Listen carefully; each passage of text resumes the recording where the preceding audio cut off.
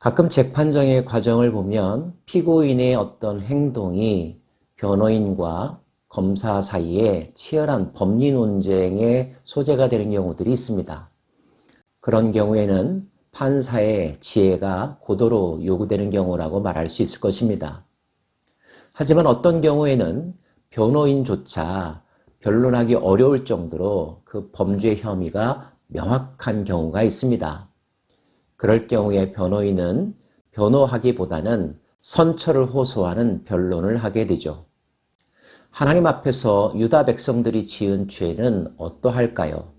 유다의 죄는 금강석 끝 철필로 기록되되 그들의 마음판과 그들의 제단 뿔에 새겨졌거늘 그들의 자녀가 높은 언덕이 푸른 나무 곁에 있는 그 제단들과 아세라들을 생각하도다. 철필로 기록되었다. 명확하다는 것입니다. 반론과 변론의 여지가 없을 정도로 하나님 보시기에 분명하고도 엄중한 죄를 지었다는 거죠. 그 죄된 행동 가운데 하나는 그들이 언덕이 푸른 나무 곁에 있는 제단들과 아세라들을 생각하고 섬긴 것이라 하십니다.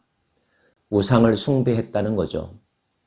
그들을 창조하시고 인도하시고 그 땅에 살게 하신 하나님을 예배하는 것이 아니라 다른 나라의 신, 허탄한 신, 그들의 생명과 미래에 전혀 영향을 줄 수도 없는, 아니 영향을 준다면 그들을 결국 멸망에 이르게 할 헛된 우상을 섬긴 죄, 하나님을 배신한 죄라고 말할 수 있습니다.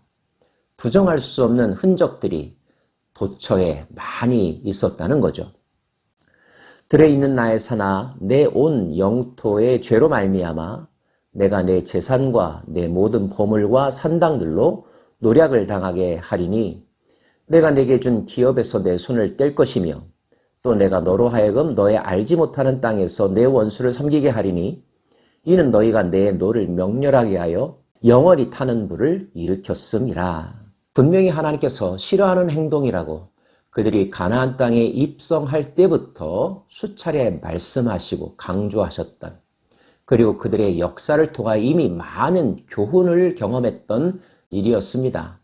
그럼에도 불구하고 어리석은 인간은 실수를 되풀이하고, 아니 그전보다 더 교묘하게 포악하게 범죄 행위를 저지른다는 점, 얼마나 가슴 답답한 일인지 모르겠습니다.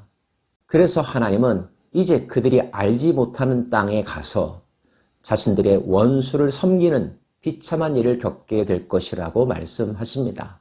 얼마 되지 않아서 예레미야를 통하여 주신 하나님의 말씀이 말 그대로 실현되는 것을 그들은 경험하게 됩니다. 우상을 숭배하는 것과 더불어 하나님이 싫어하시는 것, 어쩌면 우상 숭배의 근본 동기가 되는 인간의 연약함, 악함이 있는데요. 그것은 무릇 사람을 믿으며 육신으로 그의 힘을 삼고 마음이 여호와에게서 떠나는 행동입니다. 사람을 믿는다는 것을 하나님께서 왜 싫어하실까요? 하나님은 신뢰사의 구축을 반대하시는 것일까요? 그런 의미는 아니죠. 하나님보다 사람을 신뢰하는 행위. 사실 사람이 믿을 만한 대상인가? 이 질문은 우리들이 깊이 고민하고 묵상해야 될 주제입니다. 변하고 유한하고 연약한 존재를 믿을 수 있을까요? 인간이 바로 그러한 존재입니다.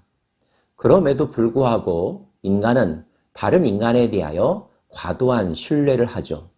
의지하기조차 합니다. 그리고 언젠가는 배신당하고요. 큰 실망을 경험하기도 하죠. 실망 끝에 분노하고 그래서 분필을 하기도 하고 자기 자신을 학대하기조차 합니다. 어리석은 행동이라는 것입니다. 자기 힘을 의지하는 것도 하나님이 원치 않는 행동입니다. 물리적인 힘으로 살아간다면 짐승과 다를 바가 없겠죠. 인간 사회가 야생 동물의 사회와 다른 것은 인간 안에는 생각하는 힘, 판단하는 능력, 질서를 지킬 수 있는 절제의식이 있기 때문입니다. 다른 사람을 배려하는 마음, 공존하는 사회를 지향하는 선한 의지가 있기 때문이죠. 하나님께서 인간에게 주신 특별한 선물입니다. 그런데 그 모든 것들을 무시하고 단지 강력한 힘, 물리적인 힘으로만 살아간다면 강자만 살아남겠죠? 그런데 그 강자마저도 더 큰 강자에 의하여 착취당하고 패배하는 날이 온다는 것. 얼마나 불안할까요? 누군가 자기 자리를 빼앗아갈 할 것 같은 두려움 때문에 편한 잠을 이루지 못할 것입니다.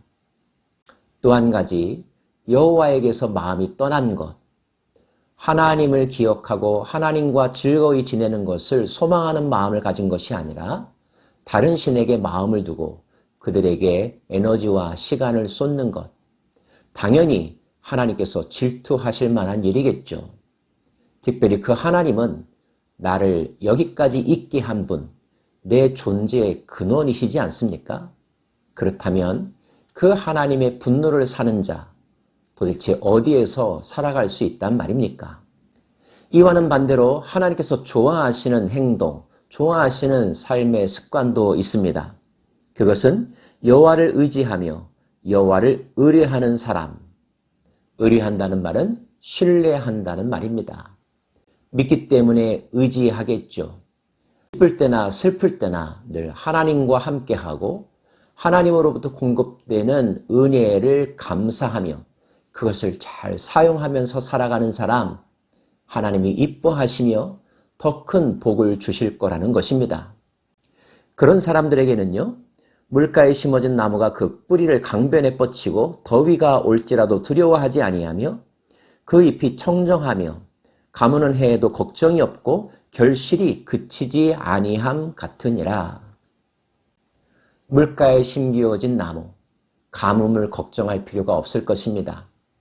왜냐하면 하나님 안에 무궁무진한 수자원이 있기 때문이죠. 반대로 내가 의지하는 인간은요, 있었다 한들 물 한 동이에 지나지 않습니다. 기껏하면 저수지이겠죠. 그 저수지도 언젠가는 마를 날이 온다는 것입니다. 그래서 하는 말이 있죠. 인간은 믿음의 대상이 아니라 사랑의 대상일 뿐이라고요.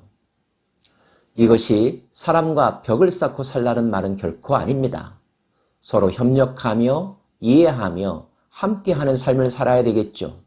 그러나 결코 하나님보다 신뢰할 존재는 아니라는 것, 그 사실을 명심하시기 바랍니다.